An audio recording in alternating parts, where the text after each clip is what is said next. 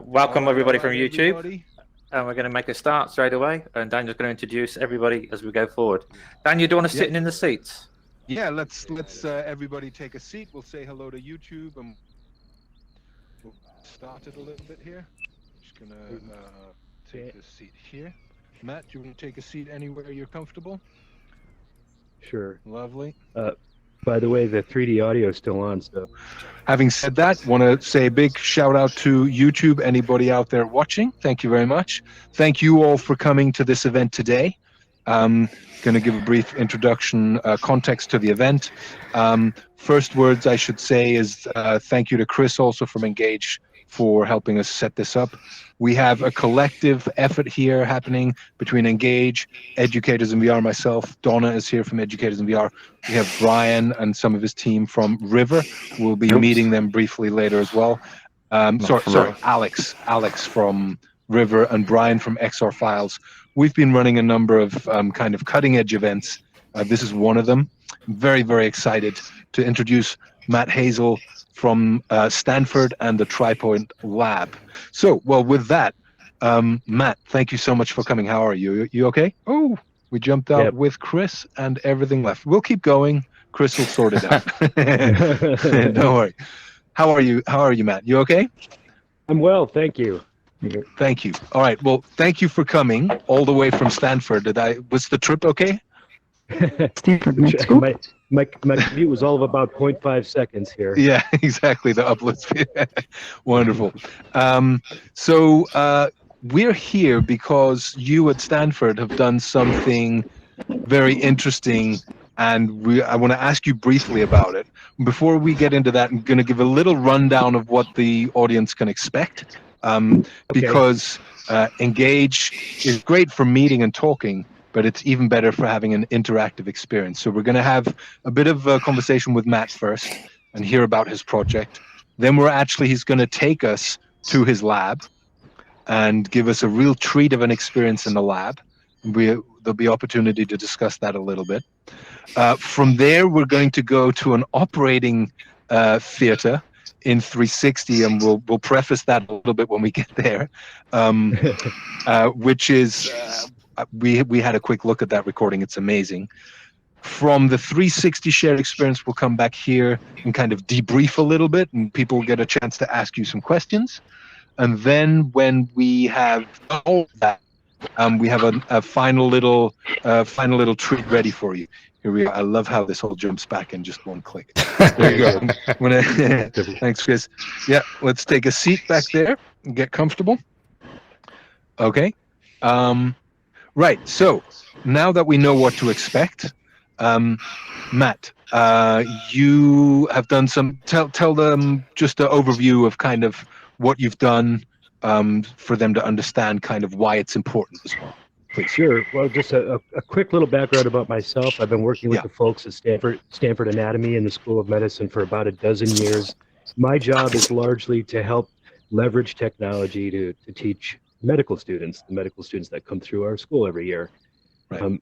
To that end, that evolved from creating multimedia to creating interactive applications, leveraging 3D models of the human body and so on.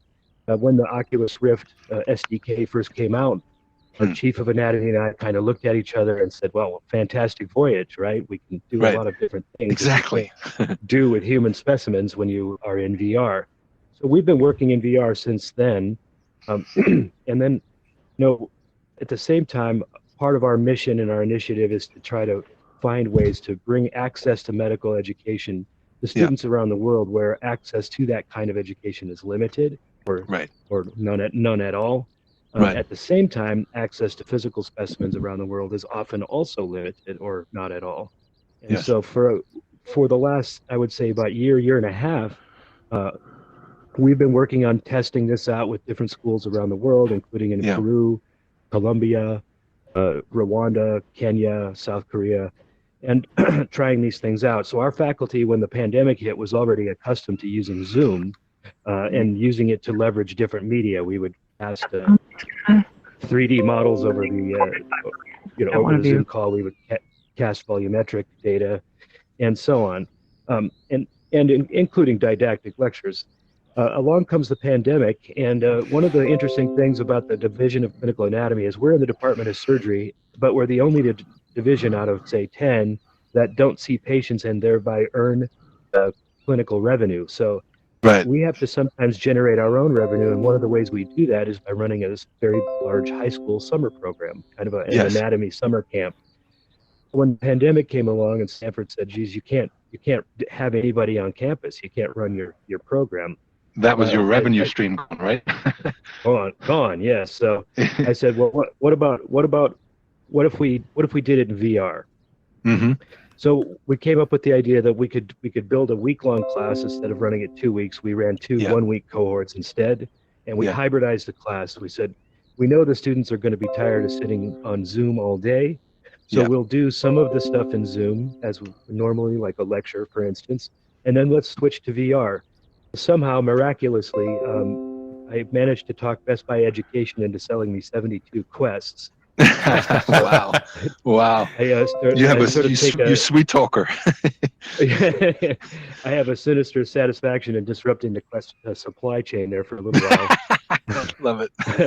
But it's for good purpose, for a good cause, though, right? Exactly right. They love it. So we boxed those up along with a suturing kit for an activity that the students could do, a Mhm. T-shirt and so on, and then we sent one of these out to every one of our 64 students. Yeah. I also had 3 faculty members and 3 teaching assistants also all receive a Quest. Right. And, again, with very little intervention, we were able to get everybody on board. And sure Amazing. enough, by Monday at 11 o'clock, we had the entire class in VR. Wow. So, Can I just ask, the students, go did they have prior experience of VR? How was that onboarding process for them receiving a box in the post? And from that moment, I mean, don't need to go into detail, but just briefly, was that okay? It turned out better than I expected. Yeah. A few of them had some VR experience. I think one of them actually opted to use his own Vive. Okay. Believe it or not, we actually shipped one to London. We shipped a couple to Los Angeles. And most of the students were around the Bay Area. So I think you could market that experience very well. Just the logistics side of shipping those. I know people who would pay money to find out how you did that effectively. Okay.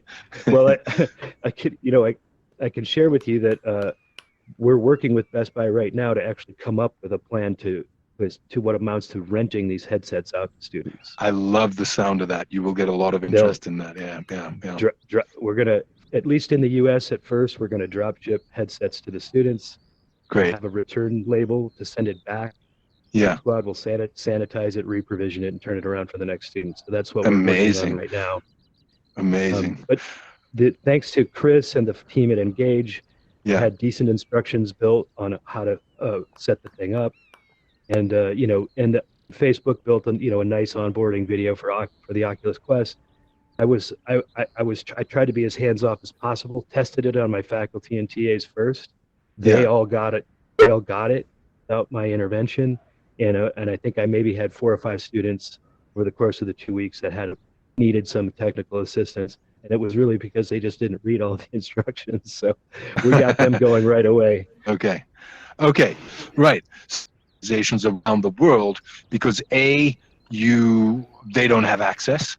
And then a particular niche thing is you're not only doing it in VR, but you're sharing volumetric models, and we'll talk more about that in a minute with Alex. Yeah. Right.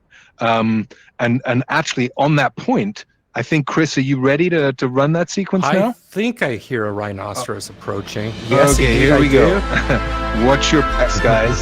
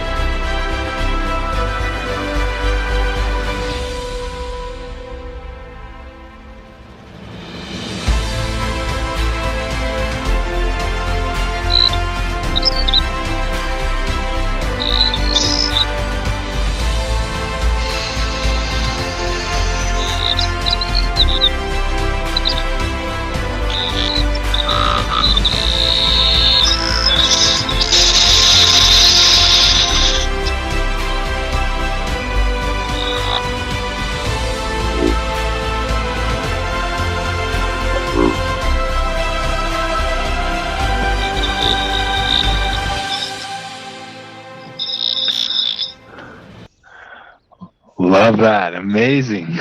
See if we Okay. can find it. I muted Donna there. Oh, there we that go. might I have think done that it. was Okay. it. Yep. Okay, no problem. All right. Well, that was amazing. That's an idea of the three-dimensionality. Those were some of the models where you were using, Matt. Is that correct? That is correct. Yep. Okay. And just a little teaser. When we come back round to the end of the event, we will give you the opportunity to actually interact with some of those models as well. So you'll be using real Stanford models. Right. Well, let's have a look how we're doing for time. Time always flies crazy in these events. So what I want to suggest, Matt, we're going to come back and ask more questions and let the audience ask more questions later on. But really what we'd like to do, if I'm not mistaken, it's possible to actually visit your lab. Is that right? Chris, could you right. show us So- what that lab looks like before Absolutely. we actually go there? Yeah, let's Before pull we that jump up. over- Hang on one. before- Yeah, Matt, Before go we on. jump over there, I was just going to say, normally one of the things that our high school students that join us every summer look forward to is actually being on Stanford, being in the dissection lab. Yes. And so we had our 3D artist I had managed to get my hands on the blueprints for the lab, and she Mhm. created a replica in 3D. So we were actually Yeah. able to virtually bring the students into We'll be picking up on that, the fact simulation that of our lab. So, right, the fact that for Stanford is such a big brand, people going to Stanford, it's a life experience for them.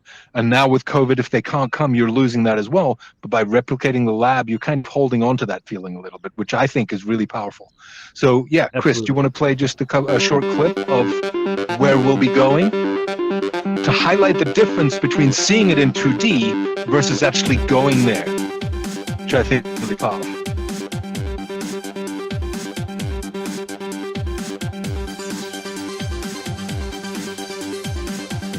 So these are the models we saw earlier, or some of them. That's traveling down the spinal cord channel.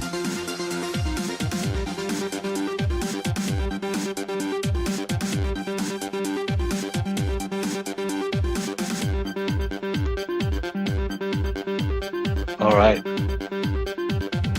That's great. Thanks, Chris. We just stop it there for a minute. So this really highlights the difference. For those of you in VR here, you know the difference. But I love seeing it in 2D. And now with a click of a button, Chris, will you take us over there? We're actually gonna. Yeah, I hope you all brought your passports and you have visas and vaccination and the mask. We're heading to Stanford now, Matt.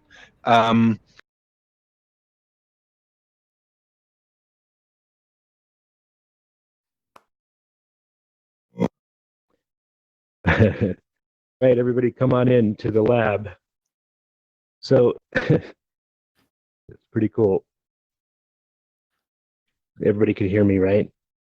Yes. Where are Right. you? So this is Oh, there you go. Yep. this is a replica of the Stanford dissection lab. Yay. Yeah, where even our medical students aren't quite yet able to enter this lab this week when medical Mhm. school started, although our teaching assistants are currently working in the lab. We hope to get the Right. students next week with a special COVID protocol.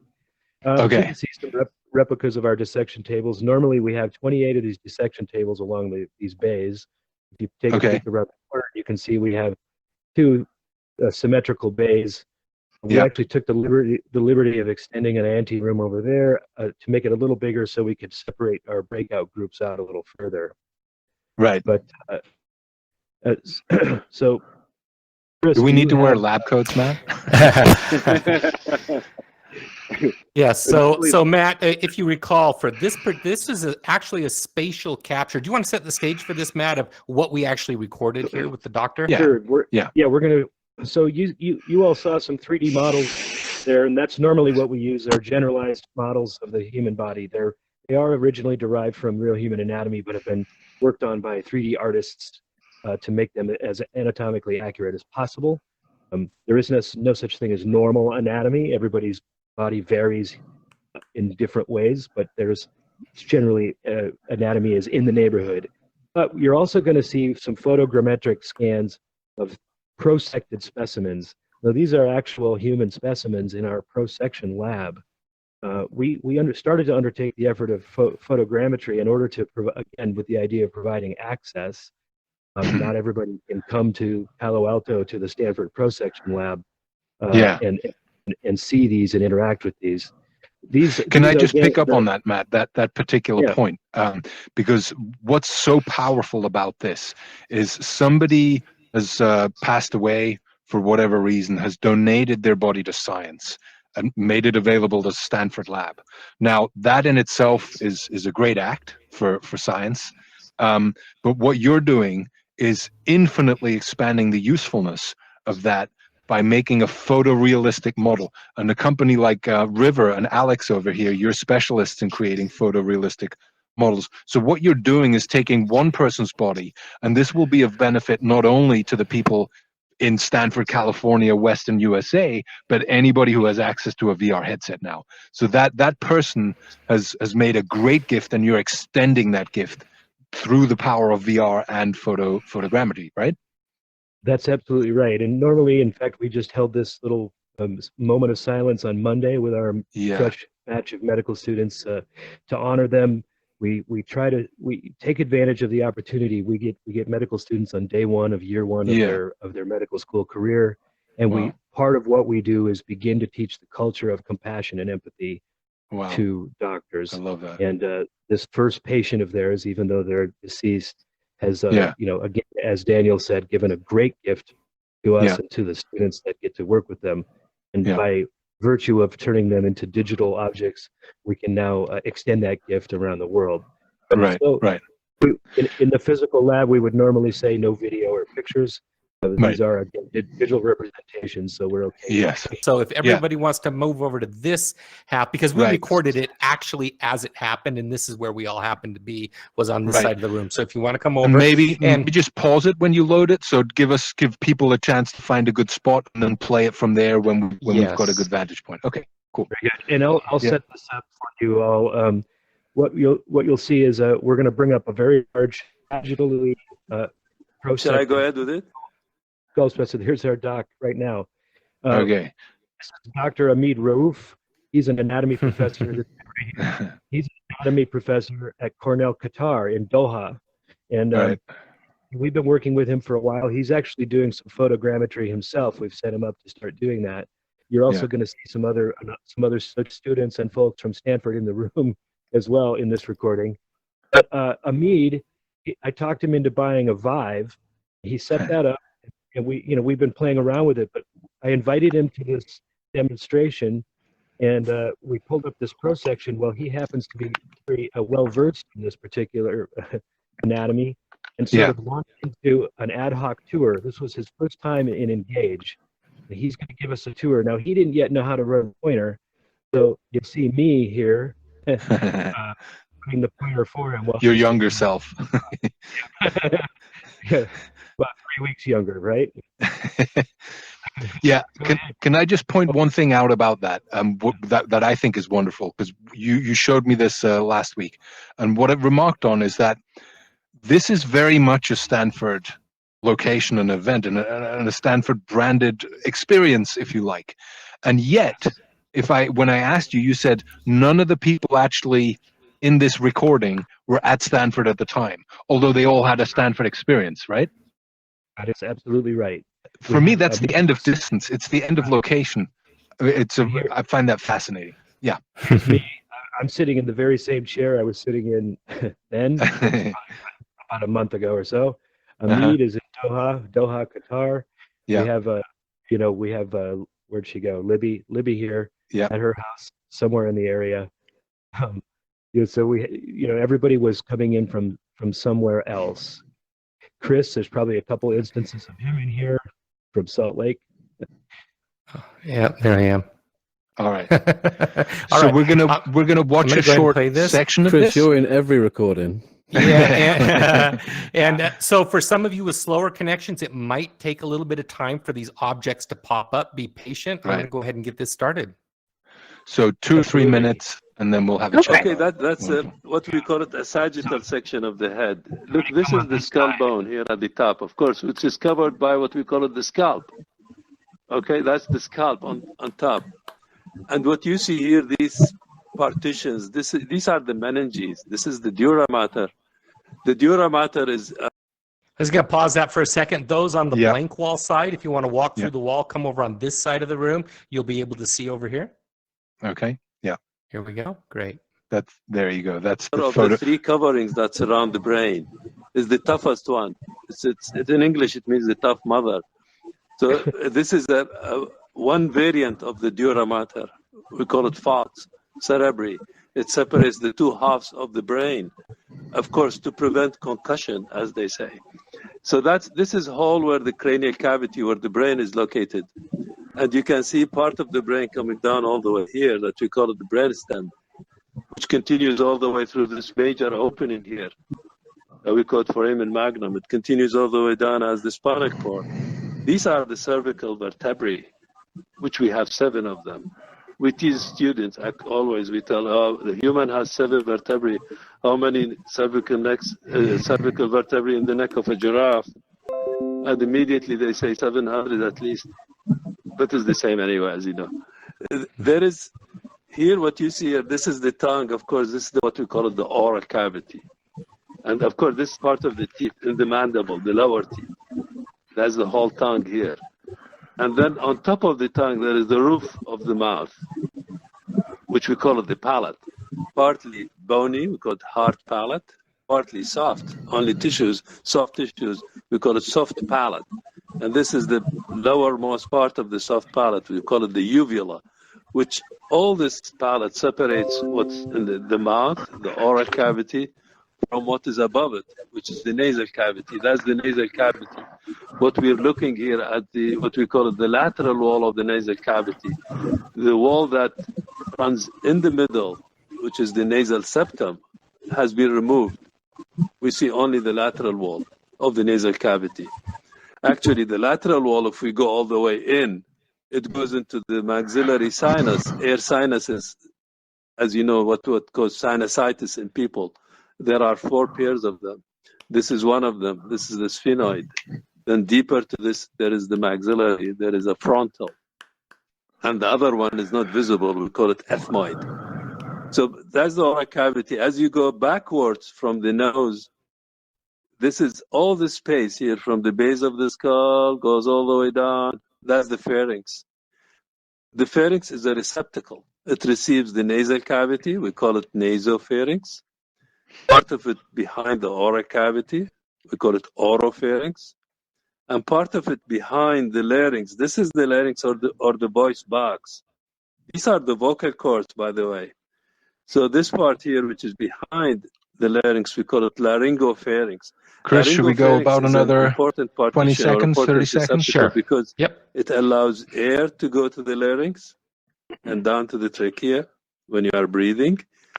And when you're eating or drinking, it allows the food or drink, whatever, it goes all the way back to the esophagus, down to the stomach, as you have.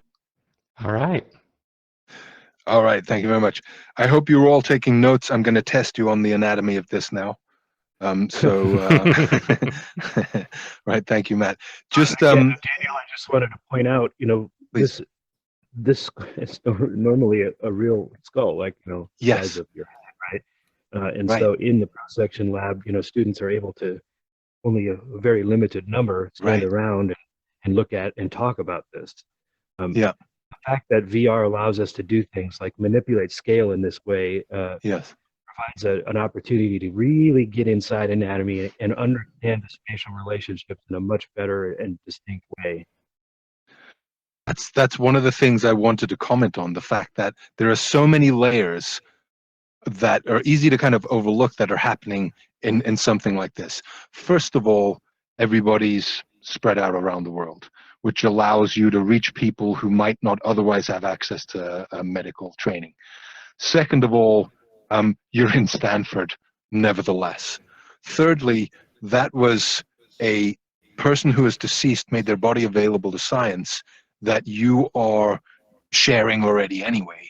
But now you're able to share it as a digitalized version photorealistically, and you can make it bigger. In a sense, each student could be looking at their own version of it because you can clone it. Once you've made it once, you can make it 5 times. So students could have breakout sessions around here looking at their own little discussions, right? Right. And indeed, speaking of breakout sessions, Yeah. You know, and Chris and I have talked about the 3D audio. You know, so what we managed to do was by using the spatial audio is have a breakout session here in this room, one in Yeah. that room over Yeah. there, and then Yeah. one in the far room. And although you could still hear a little chatter, for the most part, that worked out really well. We Not ironed out intrusive. Right. initial audio Right. difficulties by the use of headphones and things like that. But the idea that we had was that normally when students come to the lab, that is exactly the physical experience they have. There is Yeah. chatter going on in the next Yeah. room, Yeah. Yeah. and you know you feel, and this makes use of what we know, what you and I know as presence in VR. It makes you Yeah. feel as if you're really in a physical space. Absolutely. I'd love at this point, it's a great moment. Alex, do you want to unmute yourself? Because I want to ask you a little bit of input on that model we saw. We've seen digital models, but this was a photorealistic model. Alex, do you want to it looked comment on that? awesome, Matt. I mean, I've seen it before briefly, and we made a little video of it. But Daniel, touching on what you said, and a little bit of what Chris said to me earlier, it feels like we're reaching a point, and it feels like there's an educational point that's an exponential education point that now you can scan the real world and like digitize it and multiply it all around the world and share that with everyone. Yeah. It's exciting. I mean, Chris was just saying the same thing. Like, we're going to have to start getting busy, all of us, with this sort of thing. You know, even busier. Matt, you've done an awesome job with this stuff, but well done. even you have just scratched the surface. There's so many things that you could scan. As you were saying that, Alex, I just wanted to, it just popped into my head. Could you imagine, Matt, while Stanford is a very physical location, this layout and the access it provides could essentially be licensed out. So you could have a Stanford Lab Asia, you could have a Stanford Lab Australia. Not that you would even need it really, because you could run it all from Stanford. But what I'm trying to say is you're creating a model here that could, you know, there's only so many professors at Stanford who could run the sessions in VR even, but you could make this available to, I mean, Amit was in Oman, did you say, or Qatar? Qatar.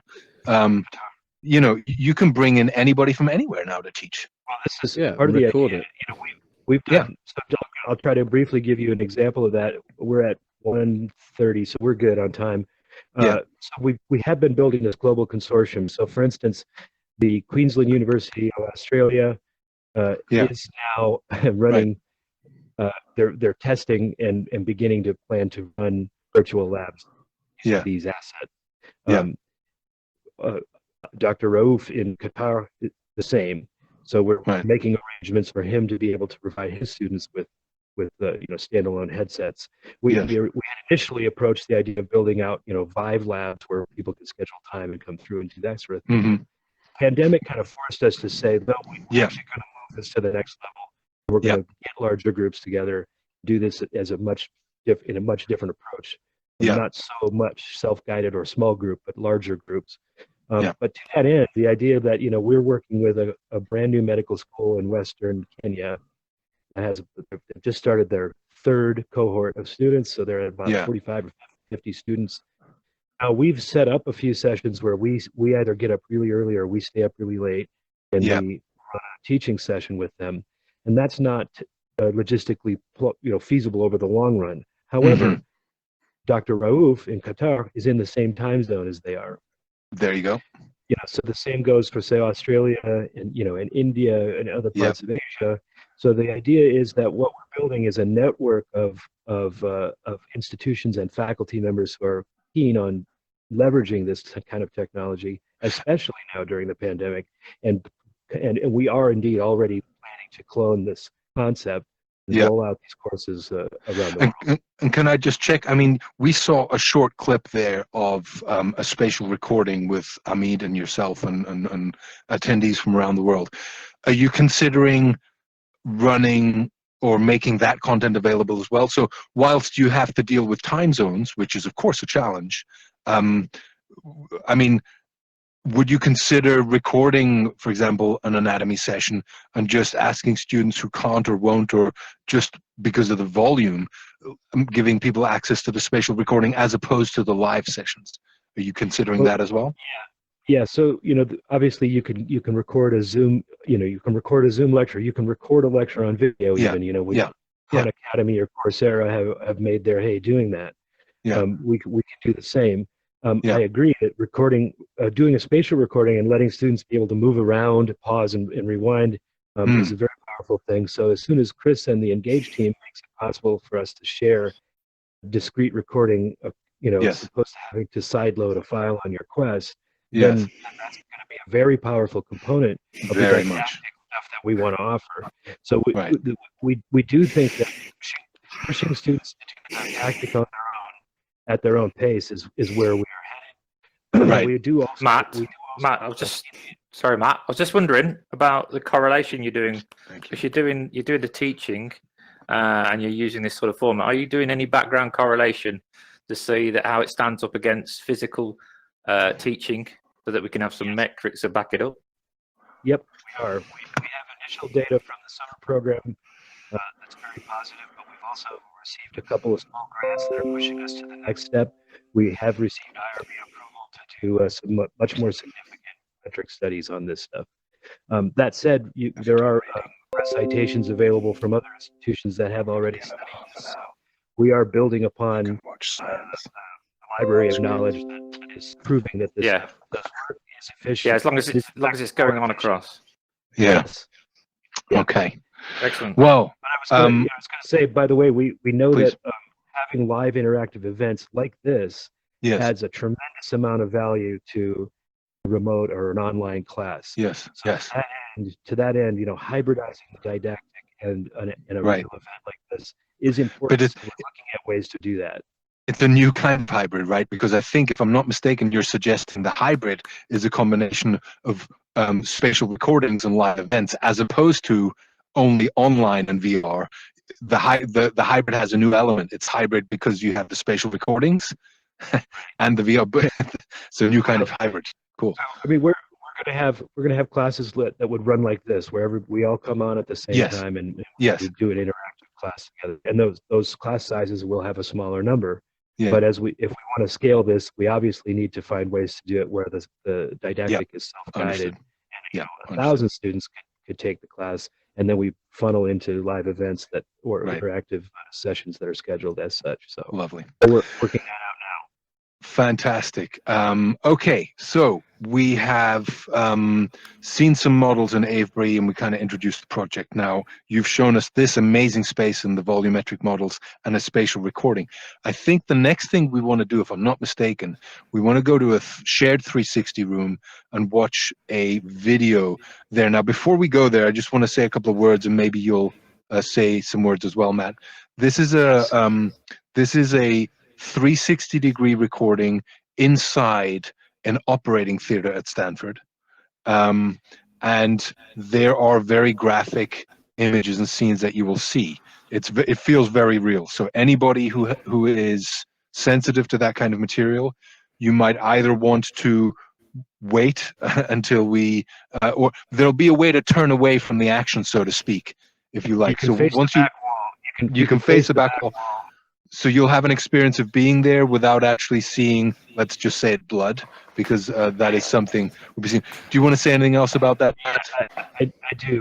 So this video was provided to me as a courtesy by a company that is, licensing the whole series of the library of these videos out to residents and surgeons for them to do reviews prior to a surgery. He kindly loaned it to us for educational purposes, so we don't sit and watch the entire surgery with our students. Right. What we've used this for, and we'll do this today, is just to provide a little context about how an operating room works, sort of what is going on. It is a hip resurfacing, so the patient has an arthritic head of the femur. They need to polish that up, polish up the inside of the joint on the hip side, and get this person moving smoothly and being athletic again. That's the point of the surgery. But what I'll do is just talk a little bit about sort of all of the stuff that's going on there to provide some context. And the reason we did this was not only to use another modality that was available to us, virtual reality, but all of these advanced high school students are all incredibly smart, are all of themselves pre-selected on a pre-med track. And we wanted to give them a sort of a glimpse of the future. Like, if you are thinking you'd like to become a surgeon, this might be what it would look like for you down Right. the road when you reach there. Right. So it's a way to provide that sort of overview and context. So that's what we'll do today. All right. Should we go there? Yeah, let's head on over real quick. We're not going to do it in the 4K mode because we're not sure how everyone's internet connection is. So we are going to Understood. scale that down a little bit. And Matt, if you just happen to have some headphones available nearby, you could grab those and it will help quite a bit. I have headphones on. Oh, perfect. Okay, we're heading on over. All right, everyone. Just gonna set up the recording here again quickly. Okay. Tell me when. Okay. Yeah. I'm ready. About you got Couple it? more Okay. Interesting thing about 360 is you can move yourself around like this, but we're all standing essentially on top of the tripod for the 360. Yeah. It's a Spread out, you can spread out special too. relativity. Yes, right. Okay. So I'll bring this up. Skip ahead Here we a little go. bit. Right. So how long is the recording in total, Matt? Just we're gonna watch, I don't know, maybe tops 5 minutes, I think. It's There 35 we go. minutes in total. So Right. I'm just going to skip ahead a little bit. Yeah. I'll bring the audio up a little bit to give you some ambience. Yeah.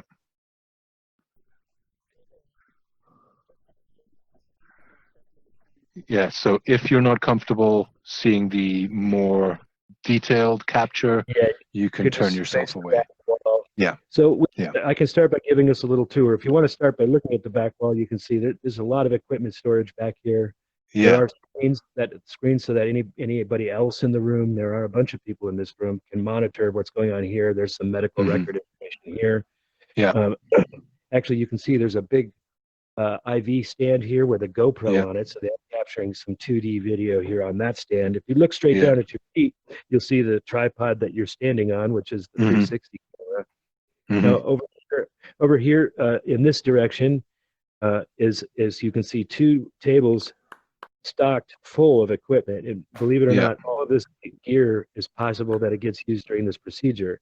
Now, a number of these devices are different sizes. So once they get inside the patient, they'll do sizing and then use the correct size piece of equipment to do the next step of the procedure.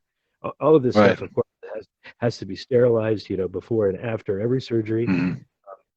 Did you put? Okay, so then we have over here the tech whose responsibility is to get the equipment off these tables and into the ready The tech tray. is a person?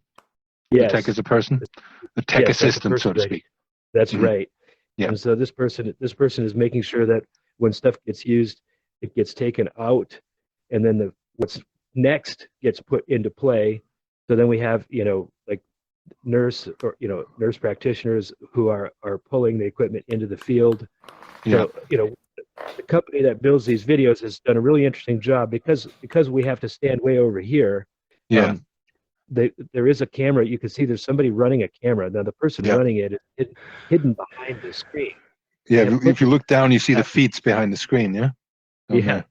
Yeah. But yeah, there's a couple cameras running up here. So there's an overhead and one that's being controlled by a camera operator whose feet are down here. And that his feed is being shown on this screen so that we can get a glimpse of a close-up of the field from either one of those two cameras while we're watching this video. So, and again, I could, I guess, does anybody have any questions at this point? No? Yeah, we can take a couple of questions while we're waiting for, if you want ask a question, you can raise your hand, and maybe Chris, you can. What I'm going to do is I'm going to put everybody on soft mute, which means you can unmute yourself and ask the question. Great, okay. And there we go. All right. I've got a comment rather than a question. I find it fascinating. I can't imagine any other way that we would have this as lay people, like as members of the public, that you would have this view. I can't think of another way that we could have this kind of immersive view. And just also to point out, this is 360. For those of you who know the difference between 360 and 360 3D or VR, it would give you depth perception, and we're not far off that as well, right? Right. Now, Yeah. what they did was that maneuver they just did with the leg was to dislocate the hip. So now you can see the head of the femur has been removed from the socket. Matt, that's All the right. bit I was trying to avoid, and you had to point it You out. pointed for it us. out. Yeah. Dan, Okay. I was just going to say it would be Yeah. even more amazing at some point Yes. when we Yes. can have a light field camera that's looking down onto that, because then Yeah. you could have parallax, look left and right Wow. as they're doing the operation. Yeah. Yeah. Yeah. Yeah. That's all coming. good. Absolutely agree. Yeah. You could just attach So, it to the surgeon, couldn't you? To the surgeons could have their own individual headset, and then you can Could switch be, moves just- on between them. There's the problem with that is that you know, I don't know if you guys have done your own video capture, like say while you're wearing the Quest, Yeah. and then Yeah. watch the playback, and it's moving around much more Yeah. than you realize. Your brain sort of fills in the gaps of the head being moved around that much. It's actually really challenging to get good video off a surgeon's head. Yeah. Fair enough. You need some kind of stabilization Yes. program running. That can happen. Well, yeah, I know I have just tinkered with a gimbal doing some video shooting that smartly can recognize a face and sort of keep Yeah. itself tuned to the face. So Mm. maybe with a little bit of AI, we could set a Yeah. key point in the field and have it sort of tune itself to the field. Great. There's so Maybe- many maybe- things, so many maybe things you bolt- could do, Matt. Maybe bolt a Yeah. couple of cameras on the patient. They're not going Might to be be easier. Right. Yeah. So I guess, Okay. I mean, it's probably good. Unless anybody has any questions, I think we could probably head back. Yeah, I think now's a good time, and we can All right. we can take questions there as well. We don't need to be Yeah, we here for got the questions. 15 Yeah, we minutes got left. 15 minutes, and we want some good interaction questions, and then there's a nice little treat at the end as well. Chris, want to take us back to Avery? Right, we're going to give everybody a moment or two just to find their seats, and then we'll yeah, love to hear your guys' impressions of what you've seen and heard from Matt. And then the last few minutes at the end, we're gonna do a little bit of something interactive. But first of all, Matt, I've really enjoyed that. Thank you for all of that. Thanks. Has anybody got any questions? Now's the time. You are soft muted, which means if you want to talk now, you choose to unmute yourself by bringing up your tablet in your menu. On the right hand side is your microphone button. You click that, which switches your microphone on. So don't be shy. Please don't be shy. You've seen quite a lot today. Think about, think about the industries you're in or what use case you might have. While we're waiting for other people, I'm going to continue with my own comments a little bit. So first of all, Matt, this is, would you say that, how soon do you think that what we've seen there is going to be scaled? Hey, wow. Wow, we have the Big Bang happening right in front of us. What do you think? How soon is it going to scale beyond? Yeah. So, well, two things. First of all, I know you did just mention other industries, so I thought I would mention that, one of the reasons that we started Tripoint Lab was that, Stanford can't go around the world just commercially selling stuff. Like their mission is to teach students in the borders of campus drive, right? Right. So in order for this to work, we have to start a commercial entity that's sort of outside of Stanford and through which Stanford faculty can participate in us, selling these courses and so on. Yeah. And as we talked about earlier, building a consortium whereby other institutions participate and, can offer these courses to the world. That said, and yes, our focus is medicine now, and the libraries of content you've seen are medical in nature. But we build platforms in order to accommodate really anything that requires 3D for teaching. So we're always looking for opportunities. So are you going to do look this at outside of the medical field as well? Absolutely. Why not take this model I didn't appreciate and apply that. it? Okay. Yeah, apply it to other industries or other disciplines. Yeah. So and to that end, I've been talking with one of our Stanford professors who's an archaeologist. They're doing scans of their archaeological digs. I tell you what, Matt, as a student to be able to walk through a dig site. I tell you what, I in a previous career, I did innovation labs and innovation workshops and masterminds and like idea generation type stuff. I imagine that the innovation side, because Stanford is known for its innovation, right? And you will have masters of innovation workshops that could work so well, like business innovation or invention workshops. These kind of creative things, it could work so well. If there's a position there, put my hat in the back in the ring. Here you go. We'll talk later about that. Yeah. But as word has gotten out that we successfully ran this course this summer, Yeah. including the lab, which you all just got to see. Yeah. I have heard word from instructors at other schools, know, whether it's San Jose State down the road from us, or Long Beach, or anywhere around the world, even Queensland University in Australia. Yeah. How are we going to provide the lab component of this class? We know we can do the didactic on Zoom. Maybe it's a pain, but it's doable, right? Yeah. We've already done that over the last quarter. So what are we going to do going forward? Well, to that end, we said, well, we now have a virtual lab. We can do something that offers a lab experience. Yes. And I'll give you an example. So for us, it's as soon as possible, as soon as we can get the paperwork in place, as soon as Best Buy is ready on their end, handle the logistics of sending quests out to a group of students. We're going to start. Oh, your audio just cut out for me. Is anyone else? He'll be back in 1 second. Yeah. There you go. Did I hear you then, Matt? Yeah, you're back. Yeah. Okay, Sorry great. So we're going to start small and test this out. Even Best Buy agrees. We need to test. They need to test the logistics on their end. But we're going to do small, all live classes with 16 students at a time, a 6-hour class. So we'll spread that out. There'll be an hour of Zoom, hour of VR, hour of Zoom, hour of VR, so on. Matt, just a quick question, Matt. Working with MIT, are you doing any work with MIT? Because I know they've got their research lab online now in 3D. I just wondered if you're tying up with him. Would love to.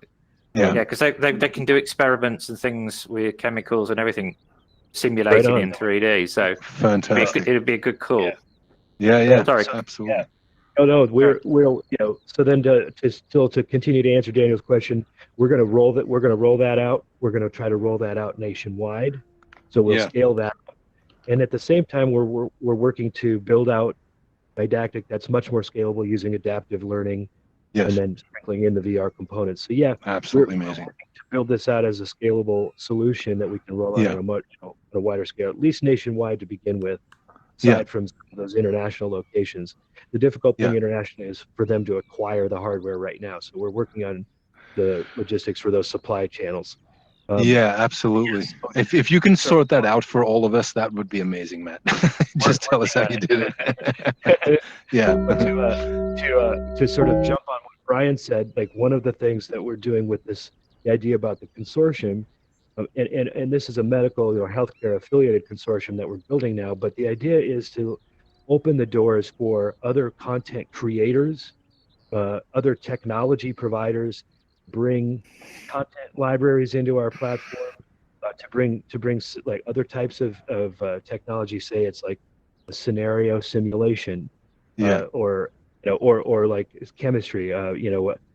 The University of Netherlands is doing a very fascinating amount of 3D modeling around embryology, which would be fantastic. So those are things. Sorry, Matt, we've got a question here from Rob out of Canada. Rob, please. Hey.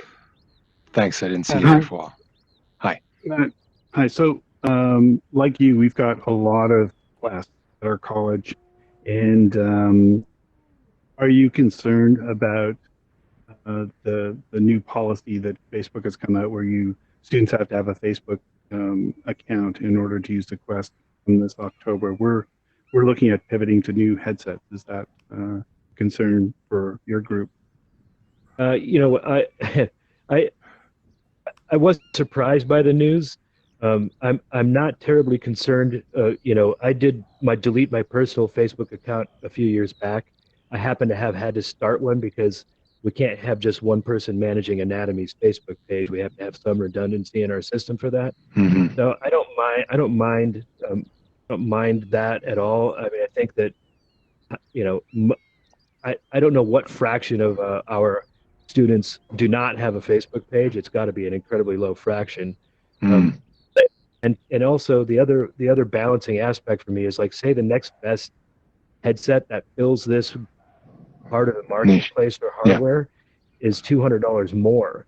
And if at the core of my mission is accessibility, that $200 means a lot. I mean, that's Yeah.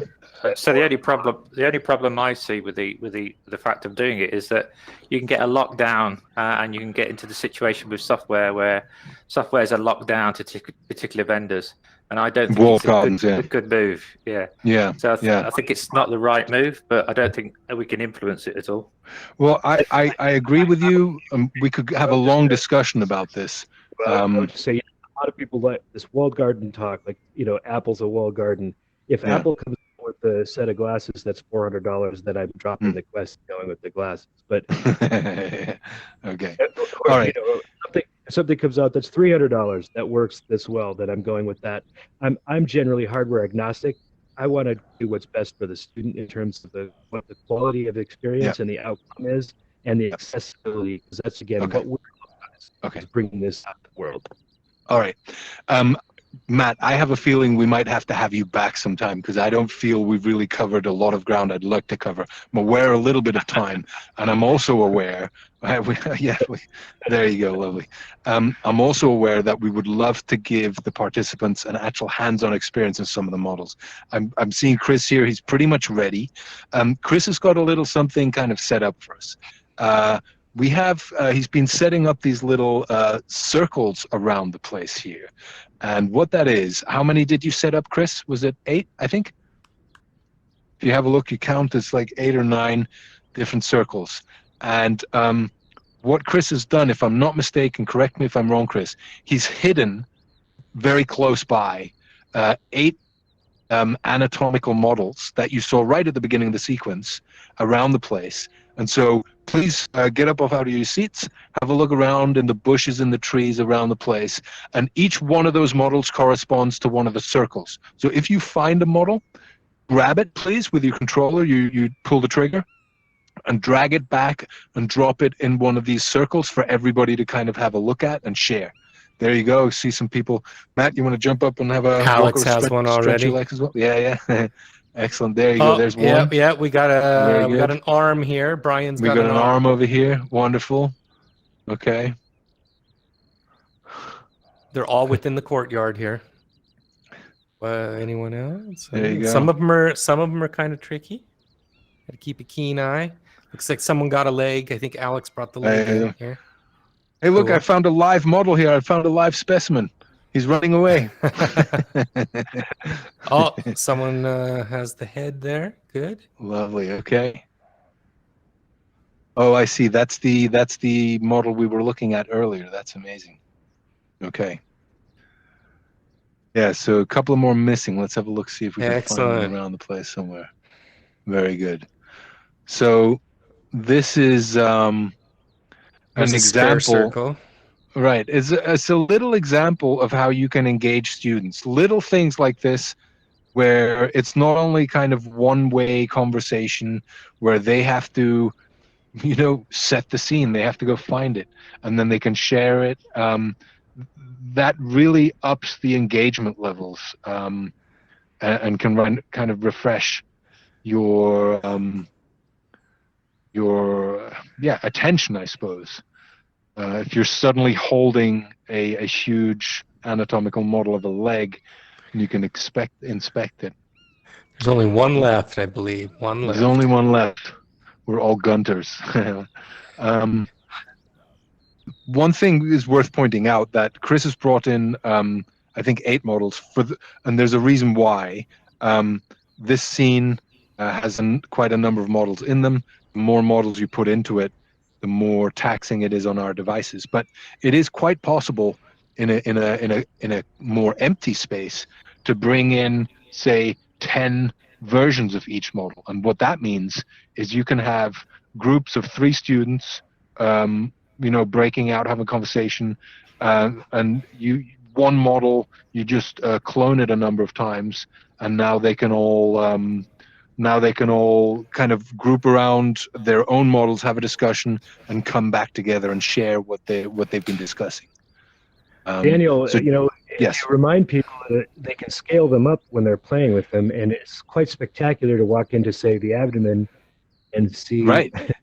Yeah, I going mean, on we've got the abdomen model here. Exactly. I think, Matt, did you just walk into it?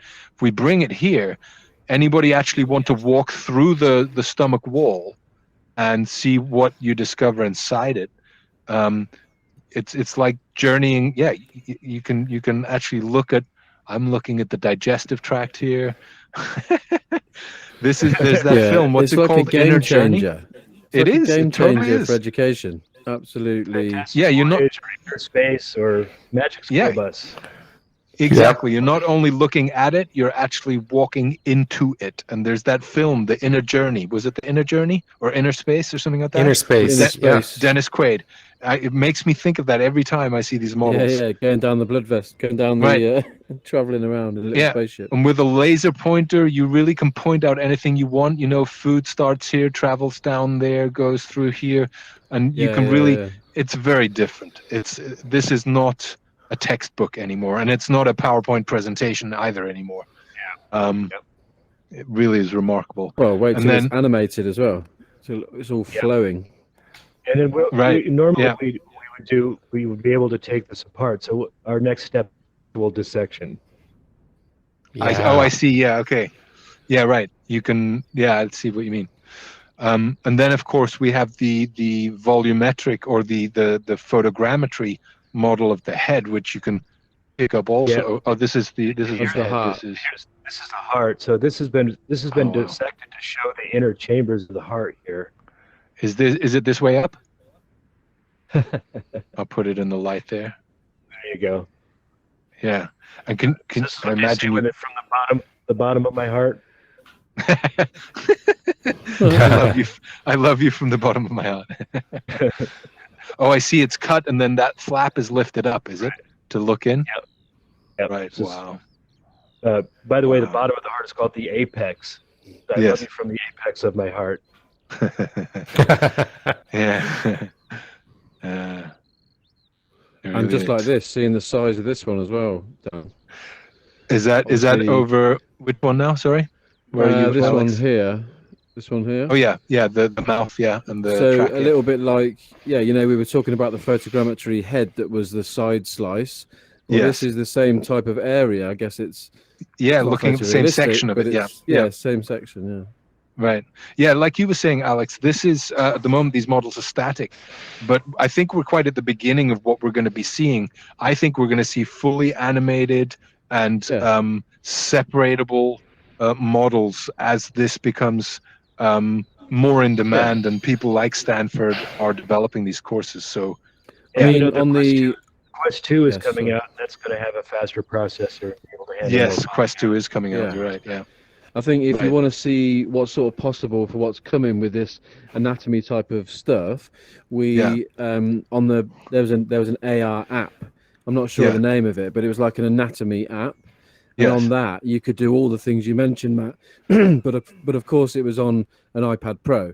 So they've got the amazing screen, so it looks great. Yeah. You know, the processing power is amazing. But soon, that same type of blood flow and Yeah. the ability to pull sections away will be available, I'm sure. In We got a full question depth. here from It is Shannon. available. We've It's got a available. question here from Shannon. Shannon, do you want to unmute yourself, please? And then you can, there you go. Hi, what's your question, please? Yeah, good day, Daniel. I'm just working out how I pick up the last one of our little specimens because I'm on Android. Ah, okay. Chris, how do you pick up on Android, please? When you say Android, are you on a phone? Yeah, I could just lead you to it. Yeah. Oh, we see it. It looks like it's inside of the dinosaur's mouth. If someone wants to grab Yes, that, there it is, that's right. dinosaur Feeling a little skeleton. bit. Where's, okay. Oh, Ah, yeah, gotcha. Cool. Well done. Thank you for that. Thank you, Shannon. That's good Yeah. find. Good find. Oh, you just looking at this. Sorry, I can't help myself, but let me just pick it up. I want to rotate it a little bit for a moment. and I could see this being used. Did anybody ever come across the theory of like rebirthing, going back hypnotically and kind of coming? You could use this as a rebirthing experience. I see that happening in a couple of years. Somebody doing that. Maybe Caitlin Krause. It feels like Gulliver's Travels. Yeah, it does. Yeah. The hip resurfacing video we saw, they have a tool that makes this joint very, very smooth. Right. Okay. That's amazing. Well, I'm aware of time, and you guys have been, you know, we've gone over the hour now. I think we're hour and 4, so not too bad. But I'd like to say at this point, kind of officially, thank you very much. Everybody's welcome to stay and keep interacting with these models. And Matt, you're free to, you know, welcome to stay as long as you want. I'm sure you're busy, so if you need to go, we understand. But if you want to stay, I could imagine there would be conversations to be had. It's up to you. You think you're going to stay? Or do you have to go, Matt? Okay. I have to go, but I would welcome an opportunity to do a follow-up. Yeah. I would welcome if people want to reach out to me. Right. Where would they reach you? How would they reach you, please? It's mhassel@stanford.edu.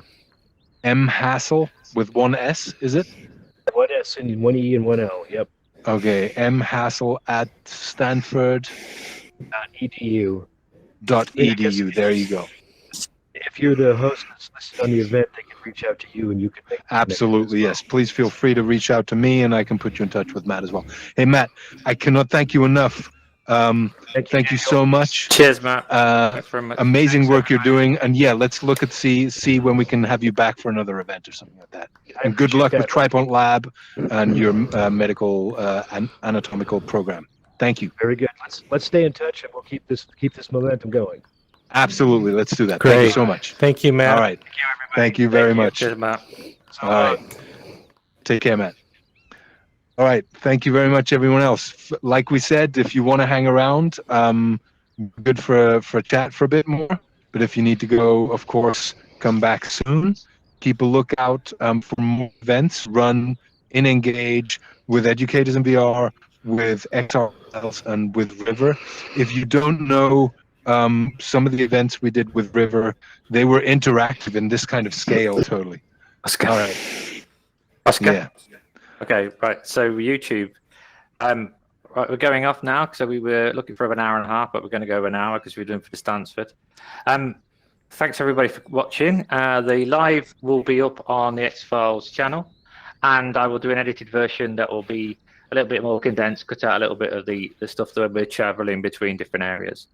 You can find that on the XR YouTube channel, and we'll announce it through different social medias. And last thing, thanks everybody for watching, and thank you, Oscar, for taking this and videoing it for us.